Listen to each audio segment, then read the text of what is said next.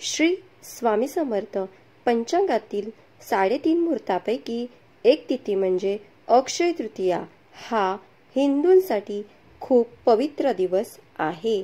अक्षय तृतीया हिंदू दिनदर्शिकेतील वैशाख महिन्यातील शुक्ल पक्षाच्या 3ऱ्या दिवशी साजरी केली जाते। शुक्ल पक्ष म्हणजे अमावस्येनंतरचे 15 दिवस ज्यामध्ये चंद्र उगवतो। अक्षय तृतीया फक्त शुक्ल पक्षात येते, याला अखाती तीज असेही म्हणतात। अक्षय तृतीयेचा अर्थ अक्षय म्हणजे जे कधीही संपत नाही आणि म्हणूनच असे म्हटले जाते की अक्षय तृतीया ही अशी तारीख आहे ज्या दिवशी सौभाग्य आणि शुभफळ कधीही कमी होत नाही। या दिवशी केलेले काम माणसाच्या जीवनात कधीही न संपणारे शुभ परिणाम प्रदान करते।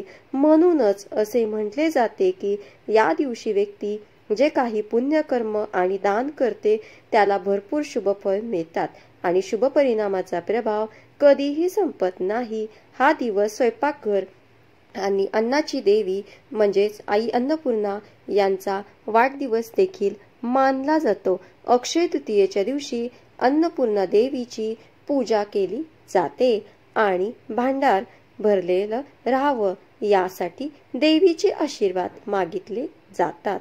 अन्नपूर्णेची पूजा केल्याने स्वयंपाकघर आणि जेवणाची चव वाढते। अक्षय तृतीयेच्या दिवशी महर्षी वेदव्यास यांनी महाभारत लिहायला सुरुवात केली।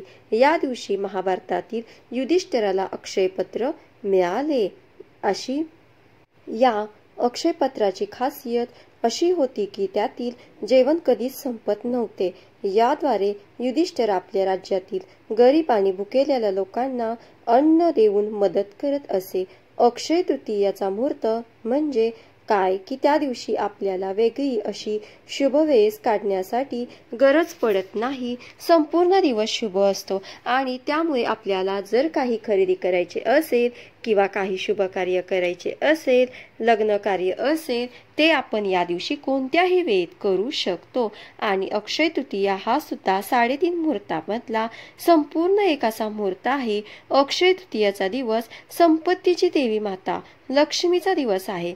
हे अक्षय तृतीयेच्या दिवशी भगवान विष्णूची पूजा केली जाते आणि या दिवशी आपण जर काही वस्तू खरेदी केल्या किंवा मग काही गोष्टीमध्ये आपली इन्व्हेस्ट कमी तर ती जी काही वस्तू असेल किंवा तिची काही गोष्ट असते ती कधीच आपल्याकडून संपत नाही किंवा तिचा क्षय होत नाही, ती अक्षय पटीने वाढत राहते।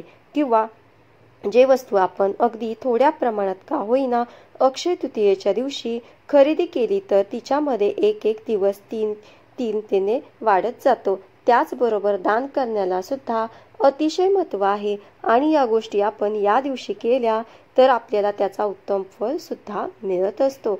असा अक्षय तृतीयेचा दिवस प्रत्येकाच्या आयुष्यामध्ये सौभाग्य वाढवण्याचे काम करतो। तिला अक्षय तृतीया साजरी केली जाते। यंदा ती बुधवार दिनांक 30 एप्रिल 2025 रोजी साजरी केली जाईल। तसेच हा दिवस लग्न, गृहप्रवेश, नवीन व्यवसाय सुरू करण्यासाठी किंवा कोणत्याही नवीन कामासाठी अत्यंत लाभदायक असे मानला जातो। पारंपरिकरित्या हा दिवस खूप शुभ म्हणून ओळखला जातो। या दिवशी सोनं किंवा चांदी खरेदी करण्याची परंपरा आहे। तुम्हाला जे परवडत नसेल तर काळजी करू नका, तुम्ही ज्योतिषशास्त्रानुसार पुढील काही वस्तू खरेदी केल्यास घरामध्ये सुख समृद्धी लाभू शकते। आपल्या घरामध्ये माता लक्ष्मीचे आगमन त्या निमित्ताने देखील होऊ शकेल आणि माता लक्ष्मी आपल्या घरामध्ये कायमस्वरूपी टिकून राहावी असे प्रत्येक माणसाची इच्छा असते। तर बघूयात पहिली वस्तू कोणती आहे, म्हणजे ऐकूयात। पहिली वस्तू आहे कापूस। जर तुमचे बजेट फारच कमी असेल आणि तुम्हाला महागड्या वस्तू परवडत नसतील तर या दिवशी कापूस सरळ खरेदी करा, शुभ मानले जाते। अक्षय तृतीयेला कापूस खरेदी केल्यामुळे जीवनामध्ये शांती मिळते आणि घरामध्ये संपत्ती वाढते। तर कापूस अत्यंत उपयोगी अशी वस्तू आहे आणि सोन्याहून मौल्यवान अशी वस्तू आपण अक्षय तृतीयेला अगदी खिशाला परवडणारी म्हणून घेऊ शकतो। तर या कापसाचा उपयोग तुम्हाला वाती बनवण्यासाठी म्हणजे देवपूजेमध्ये तुम्ही या कापसाचा वापर नक्की करू शकता। तसेच पूजेमध्ये इतर काही साहित्य सुद्धा तुम्ही खरेदी करू शकता। पण कापसाला अनन्यसाधारण असे या दिवशी महत्त्व आहे. यानंतरची दुसरी वस्तू किंवा याला आपण पदार्थ म्हणू शकतो तर तो आहे मीठ. त्यातल्या त्यात आपल्याला या दिवशी सेंद्रिय व मीठ खरेदी करायचे आहे, जे उपवासाच्या पदार्थामध्ये देखील वापरलं तरीही चालतं, रोजच्या जीवनात वापरलं तरीही चालतं. पण आपल्या पांढऱ्या मिठापेक्षाही दिसायला थोडंसं वेगळं, मातकट किंवा गुलाबी रंगाचं असतं. तर अक्षय तृतीयेच्या औचित्य साधून आपल्यापैकी प्रत्येकाने या दिवशी एक पिशवी आवश्यक खरेदी करावी. साधी मिरची आहे, ते समुद्रातून आपल्यातून मिळते आणि आपले जेवण असेल तर त्याला सुद्धा काहीच अर्थ राहत नाही. त्यामुळे अक्षय तृतीयेच्या दिवशी तुम्ही खरेदी केले जे काही मीठ आहे किंवा अगोदर तुम्ही खरेदी करून ठेवले असेल, पण अक्षय तृतीयेच्या दिवशी सर्वात प्रथम तुम्ही एखाद्या मातीच्या भांड्यात म्हणा किंवा काचेच्या भांड्यामध्ये म्हणा ते थोडंसं मीठ ठेवा, त्याची पूजा करा आणि नंतर तुम्ही ते मीठ तुमच्या स्वयंपाकामध्ये वापरण्यासाठी ठेवू शकता. बरेच जण मिठाचा दिवा सुद्धा या दिवशी पूजेमध्ये लावतात, तर तुम्हाला तो लावायचा असेल तर तोही तुम्ही लावू शकता. मात्र मी तुम्हाला नंतर पाण्यामध्ये सोडून द्यायचं आहे आणि ते तुम्हाला वापरायचं नाही.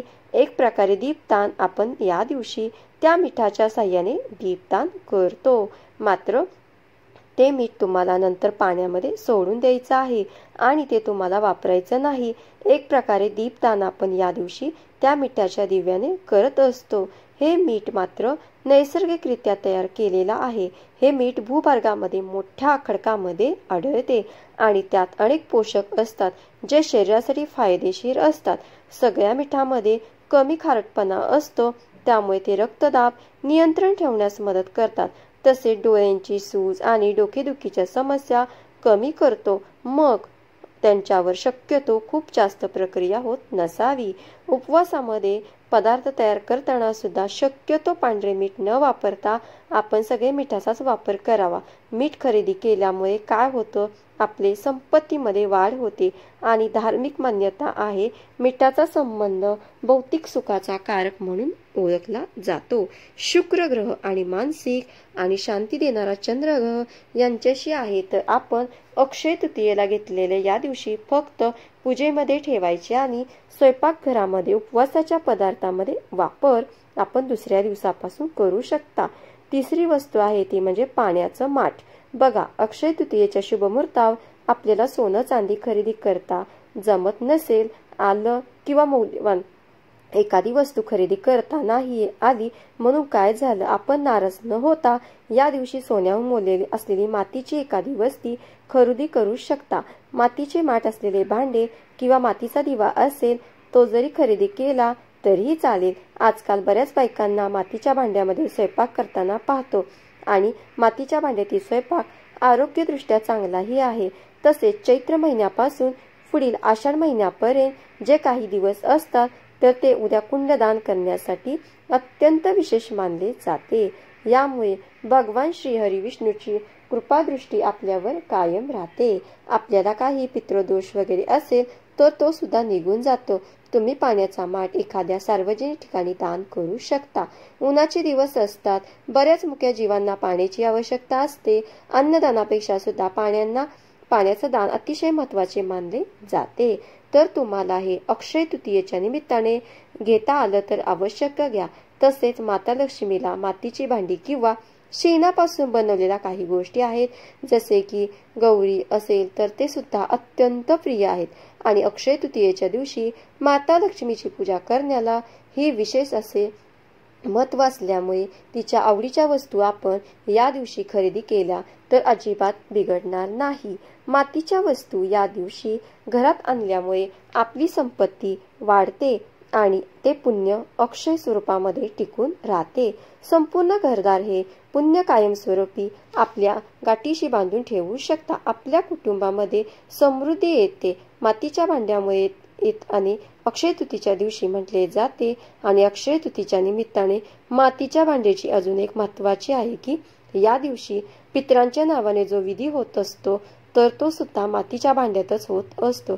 तर बघा, आपल्या घरामध्ये समजा एखादा पुरुष व्यक्ती वारलेला असेल, त्याचे निधन झाले असेल, आपण त्याला देवघरामध्ये किंवा फक्त पितरांचा काही कार्यक्रम असतो तेव्हा पूजत असतो. तर त्या पुरुष व्यक्तीच्या नावाने मातीचा करा पूजण्याची पद्धत आहे. मातीचा करा म्हणजे मातीचा तांब्या आपण या दिवशी खरेदी करायला असतो.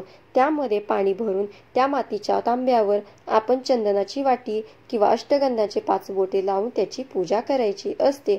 समजा आपल्या घरातील एखादी सवाशीण स्त्री गेली असेल किंवा कोणतीच एखादी स्त्री सवाशीण वारली असेल तर मग तिच्या नावाने मातीची केळी म्हणजे एक मोठ्या आकाराची मातीची कळशी असते आणि तिच्यामध्ये पाणी भरून ती पूजनांच्या पद्धतीने आणि उदाहरणार्थ आपल्या घरामध्ये आपली आजी आजोबा दोघेही वारले आहेत तर आजोबांच्या नावाने आपण मातीचा करा पूजेचा आणि आजीच्या नावाने मातीची केळी पूजतात.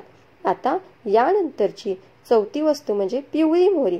बघा आपण फोडणीमध्ये वापरतो ती काळपट लालसर रंगाची किंवा काळी मोहरी असते. मात्र आता या मोहरीतच अजून एक दुसरा प्रकार म्हणजे पिवळी मोहरी जी आपल्याला अक्षय तृतीयेच्या दिवशी खरेदी करायची आहे आणि ती आपल्या या मुहूर्तावरती घरी आणायची आहे. आपण अक्षय तृतीयेला खरेदी केलेली तरी चालेल आणि या मोहरीचा वापर स्वयंपाकघरामध्ये कमी आणि विशिष्ट उपायांसाठी जास्त होतो. त्यातल्या त्यात ज्योतिषशास्त्रासंबंधित काही उपाय असतील वास्तुसंबंधित काही उपाय असतील तर त्यामध्ये बऱ्याच वेळी पिवळी मोहरी वापरण्याचा सल्ला दिला जातो. एखाद्या बाळाला जर नजर लागली आणि ते सारखं किरकिर करते तर त्याची दृष्टी काढण्यासाठी म्हणून सुद्धा आपल्याला या पिवळ्या मोहरीचा वापर करता येतो. किंवा आपल्या घरामध्ये कोणत्याही प्रकारची इडापिडा किंवा निगेटिव्ह एनर्जी येऊ नये वाटत असेल तर एखाद्या काचेच्या वाटीमध्ये किंवा मातीच्या भांड्यामध्ये आपण थोडीशी पिवळी मोहरी आणि त्याच्यामध्ये मोठे खडे मीठ मिसळून ठेवले तरीही चालते. आपल्या हॉलमध्ये एखाद्या कोपऱ्यात किंवा बरेच जण टॉयलेट बाथरूम मध्ये सुद्धा ठेवण्याची पिवळी मोहरी आणि मीठ वापरत असतात. तुम्ही अवश्य त्याचा वापर करा. तुमचे एखादा दुकान असेल व्यापार व्यवसायाचे ठिकाण असेल तिथे सुद्धा एखाद्या कोपऱ्यामध्ये तुम्हाला या पिवळ्या मोहरीचा वापर करता येईल. तर अक्षय तृतीयेच्या दिवशी ही पिवळी मोहरी घेऊन या. 5वी वस्तू आहे ती म्हणजे या शुभ दिवशी तांब्या पितळेची भांडी खरेदी करणे खूप शुभ मानले जाते. यामुळे घरामध्ये संपत्ती वाढते अन्नधान्य वाढते. तसेच या दिवशी कवड्या खरेदी करून त्या माता लक्ष्मीच्या चरणी अर्पण केल्यामुळे आर्थिक समस्या देखील दूर होतात. शक्यतो तांबे पितळेची भांडी आपल्याकडे असतात म्हणजे देवपूजेसाठी खास करून आपण ते वापरतो. तुम्हाला स्वयंपाकामध्ये म्हणा किंवा तुमच्यासाठी म्हणा एखाद्या पितळेच्या भांड्याची जर गरज पडत असेल किंवा तांब्याचे एखाद्या वस्तूची गरज पडत असेल तर अक्षय तृतीयासारखा दुसरा महत्वाचा शुभ मुहूर्त नाही. या वस्तूची खरेदी आवश्यक करा. पिवळ्या कवड्या घ्या किंवा पांढऱ्या कवड्या घ्या किंवा थोड्याशा पट्टी असलेल्या कवड्या तुम्ही घेतलेल्या तर सगळ्या माता लक्ष्मीला प्रिय असलेल्या गोष्टी आहेत. कारण कवड्या सुद्धा आपल्याला समुद्रातूनच मिळतात. तर या कवड्यांची खरेदी तुम्हाला अक्षय तृतीयेच्या शुभ मुहूर्तावर करता येईल आणि त्याची पूजा स्थापना सुद्धा तुम्ही याच दिवशी करू शकता. जेणेकरून याद्वारे मिळणारे जे काही अक्षय पुण्य आहे ते तुमच्याजवळ कायमस्वरूपी संचित राहील आणि ते उत्तरात चढउतार वाढत राहील. आता पुढची 6वी महत्वाची गोष्ट म्हणजे या दिवशी तुम्ही तुळशीची माळ खरेदी करू शकता. तुम्ही एक बारीक मण्याची आणि एक जाड मण्याची तुळशीची माळ देखील नक्कीच खरेदी करू शकता. कारण वैशाख महिन्यात जो आहे तो श्री हरी विष्णूंच्या पूजेसाठी अत्यंत महत्वाचा महिना मानला जातो आणि या संपूर्ण महिन्यामध्ये आपण जर भगवान विष्णूंची मनापासून सेवा केली तर आपल्याला त्याचे फळ मिळते. तर तुळशीची माळ तुमच्याकडे असेल तर ते तुम्ही भगवान श्री हरी विष्णूची मूर्ती तुमच्याकडे असेल फोटो असेल किंवा आपल्याला देवघरामध्ये आपण रंगनाथ ठेवतो म्हणजे त्याला बाळकृष्ण सुद्धा म्हणतो तर त्याच्या गळ्यामध्ये सुद्धा घालण्यासाठी आपण ती तुळशीची माळ नक्कीच वापरू शकता. या दिवशी तुम्ही तुमच्या तुळशीच्या कुंडीमध्ये ठेवण्यासाठी शालिग्राम सुद्धा घेऊ शकता. शालिग्राम हा एक अंडाकृती आकाराचा किंवा मग एक काळा कुळकुळीत असा दगड असतो आणि ते भगवान श्री हरी विष्णूचा रूप आहे. तुळशी विवाहाच्या वेळी शालिग्राम आणि तुळशी माता यांचा विवाह लावण्याची पद्धत आहे. बऱ्याच जणी काय करतात आपल्या तुळशीच्या कुंडीमध्ये महादेवाची पिंड ठेवतात. आपल्याला दिसतात पण ते अतिशय चूक आहे. महादेवांना तुळशीचे पान वाहन वर्ज मानले जाते. ज्यांना तुळशीचा स्पर्श सुद्धा चालत नाही तर तुम्ही आतापर्यंत तुमच्या तुळशीमध्ये कुंडीमध्ये शिवलिंग ठेवलेला असेल तर ते तुम्ही उचलून घ्या आणि देवघरामध्ये स्थापन करा.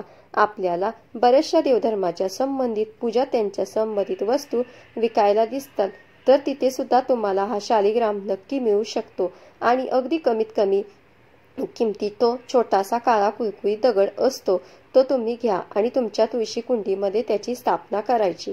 म्हणजे तुळशीबरोबर दररोज तुमच्याकडून शालिग्रामची सुद्धा पूजा होईल. या काही वस्तू आपण खरेदी करू शकतो. त्याला सोन्यापेक्षा सुद्धा जास्त महत्त्व आहे आणि खरा मान सुद्धा आहे. तर व्हिडिओ तुम्हाला कसा वाटला कमेंट करून नक्कीच सांगा. तर श्री स्वामी समर्थ चॅनेलला नक्कीच एक लाईक आणि कमेंटमध्ये श्री स्वामी समर्थ लिहायला विसरू नका. धन्यवाद.